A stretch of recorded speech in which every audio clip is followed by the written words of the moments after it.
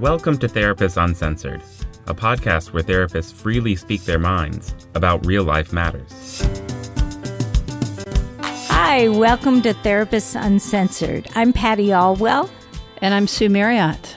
And I've been thinking about S-Town. I'm kind of obsessed. Like many of our listeners, I'm sure. It is like one of the most downloaded podcasts. As an amateur podcaster, I am also a consumer of podcasts. And I am fascinated by this podcast. And as an aside, I really wanted to host a discussion group or really get into it and talk about it. But for today's podcast, it made me think about, at the very beginning of the episode, Brian Reed talks about, he's interviewing this, the whole story ends up being about John McLemore, who is a clockmaker. And the very intro, he talks about something that really jumped out at me. He was describing what clockmakers do, and he said that often there are witness marks. And that term is a super cool term when it comes to therapy, I believe. Mm-hmm. Witness marks, as for a antique clock repairer, are small impressions. Sometimes they're just a shadow, but sometimes they are actual indentions of little gears or marks of something that used to be. And they're clues to what was in the clock. They can be. Sometimes they're nothing, but sometimes they're clues to what was in the clockmaker's mind, what was supposed to be, or what went wrong even, something broken. And the idea is that you use these witness marks to try to fix and repair the clock. Why I'm bringing this up is that I began to think about witness marks when it comes to our body. And what are our witness marks in our soma, or our body, related to our own biographies? Is that just way out there? No, I love this. This is a wonderful way. And it's sort of like looking for the little road map going backwards to what happened historically that caused today's event. Exactly. And the events that we're going to be talking about today are problematic events, as in poor health and all kinds of things. This is about the ACEs study that is pretty popular in much of the press. You may have heard about it or you may not have, but we're going to cover that. The background is it's a very... And Sue, can I say what ACEs means? Please, it's yes. the Adverse Childhood Experience Survey. That's right. It's a massive, massive database where they have researched tens of thousands of people. And we're going to link you to all kinds of resources on this. So this will be definitely one you're going to want to look in the show notes for. And we're going to give you some of the types of questions. There's only 10 questions on the short version of the test. So we're going to give you a real good idea of what that's about. But the idea behind this is that they've been able to link with just these few questions about one's biography. They can predict weird things like your chances of having a broken bone as an adult. Your chances of dying early. Yeah, like 20 years early. Thank you very much. That's a witness mark we want to pay attention to. Things like, one could expect, okay, if I've had a rough childhood, I might be more likely to be an alcoholic or try drugs or something like that. That seems to intuitively make sense. But something like have COPD, right, or have pulmonary lung disease, that seems kind of weird. And the outcomes change over the lifespan. So for a teenager, it might be cognitive problems or acting out in school or getting in trouble with the police. But as you get further through the lifespan, they tend to be more physical and mental health issues. That's exactly right. So back in the early 80s, there was this guy. His name was Dr. Vincent Felitti. And he wasn't interested. None of this had happened yet. And he was actually studying obesity and severe obesity at that. And he had come up with a liquid diet.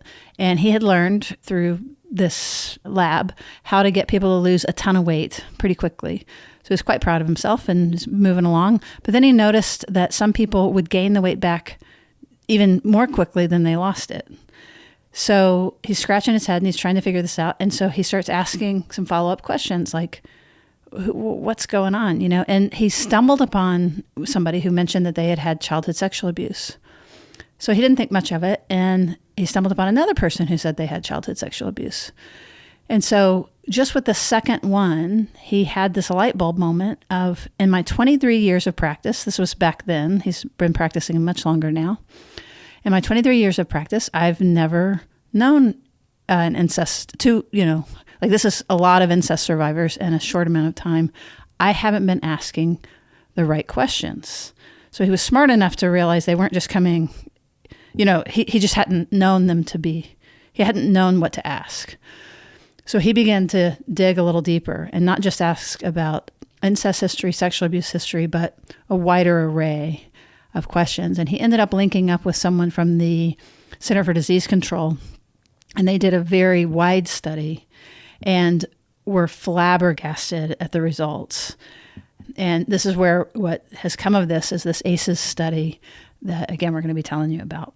And they've reduced it to only 10 questions, but this is not an exhaustive set of questions by any stretch of the kinds of trauma and abuse that people can have. But it'll give you an idea of what we mean. Right. And they are still following the original subjects through their lifespan to see how this changes over the years. That's right. So before we get into the specific questions, just to give you, we've hinted a little bit at what some of these outcome measures are.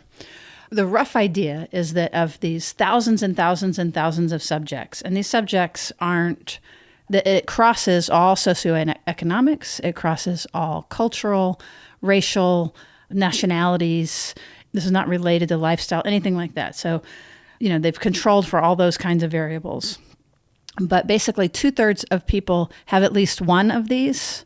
And so it's not that big of a deal to have some sort of adversity in your childhood. That's not what predicts it. But if once you have one, 87% of people have more than one. And then once you start collecting a few, then we begin to get in a little bit more trouble. And that's when we begin the higher the number of your scale, the more likely, it doesn't mean that you're for sure going to be in trouble, but the more likely that you're going to begin to have some of these biological manifestations of stress and of potentially immune difficulties in adulthood and just kind of chronic stress issues. Right. And I want to stress that there are interventions, and we'll get to them. So, if you look at the ACEs and you have a high score. Are you getting depressed, Patty? Because of your high ACEs score? Right. If you look at your score and it's high, it doesn't mean that you are destined to have all of these adverse responses, but it means that you should be, looking at treating your trauma. Yeah, that's exactly right. One of the hopeful messages of this is that people who have had like immune system issues and some of these more weird diseases that are really hard to name and diagnose, and you get kind of shoveled from one doctor to the next doctor and everyone's scratching their heads and not quite knowing what to do, that when you begin to tie it all the way back, when the doctors begin asking the right questions, and as the patient begins to make links back into their history, their health improves. So that's why we want to publicize this. This isn't just, oh, wow, trauma creates these terrible effects throughout our lifespan. There really is something to do about it, both from a prevention standpoint, and then also, even if you are someone who is having health issues that could be related to some chronic stress that you've been in, the more that we put this narrative story together, the better treatment you're going to get, and probably that your symptoms will improve as well. Right. And lots of school districts, social service agencies are taking this data and applying it to the populations they work with to find trauma-sensitive treatments to build the client's resilience. Yeah, resilience is a big... And, there's 18 states that actually have laws based on these ACEs study. There's 40 bills currently being considered. So it's the new thing, and it's very cool. So, but the behavior, the outcome piece, these are the things that it's been associated with. And this is a funny one. It's been associated with lack of physical activity, which is actually one of the high-risk things. It's as high risk as smoking and as the things that we are familiar with already. Smoking, of course, is one of them. Alcoholism, drug use, missed work. Those are all things that as you have more ACEs, higher ACE score, you're more likely to have those elements. And that's predictive for adults, but younger kids, you'll see more cognitive impairment and you'll see hyperactivity, behavioral problems. So they're often diagnosed as having ADHD. That's right. And then the physical mental health side of things in adulthood, as your ACEs score goes up, that you have a higher chance of particularly suicide attempts, obesity, diabetes, depression, sexually transmitted diseases, COPD, I mentioned broken bones, stroke, cancer, heart disease. It's everything bad that you can think of. It's just once inflammation happens in your system, I mentioned the immune disorders. And a lot of adrenal issues because that continuous production of stress hormones just really wears out your adrenals. So the questions themselves are really in three general categories. They are around abuse, neglect, just some household concerns, and then concerns around family members. So some examples of those questions are things like if you have had a family member that has been incarcerated, and it's just kind of a yes/no. If you've witnessed domestic violence. If someone in your household struggles with alcoholism. That's right. If you were humiliated, treated like emotionally abused by a parent. And the way that this is, that it's scaled. So the more of these that you have, the more likely that you have some of these chronic stress issues.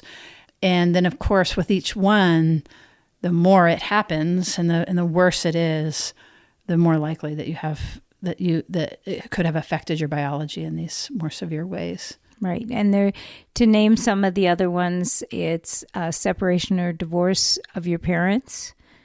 And also if you were sexually abused by a person that was more than 5 years older than you. Yeah. And, there's some controversy about some of how some of these are written. Some of them are written like if you witnessed your mother being hit or hurt. And some people say, any kind of domestic violence that you would see from either side is harmful and is traumatic.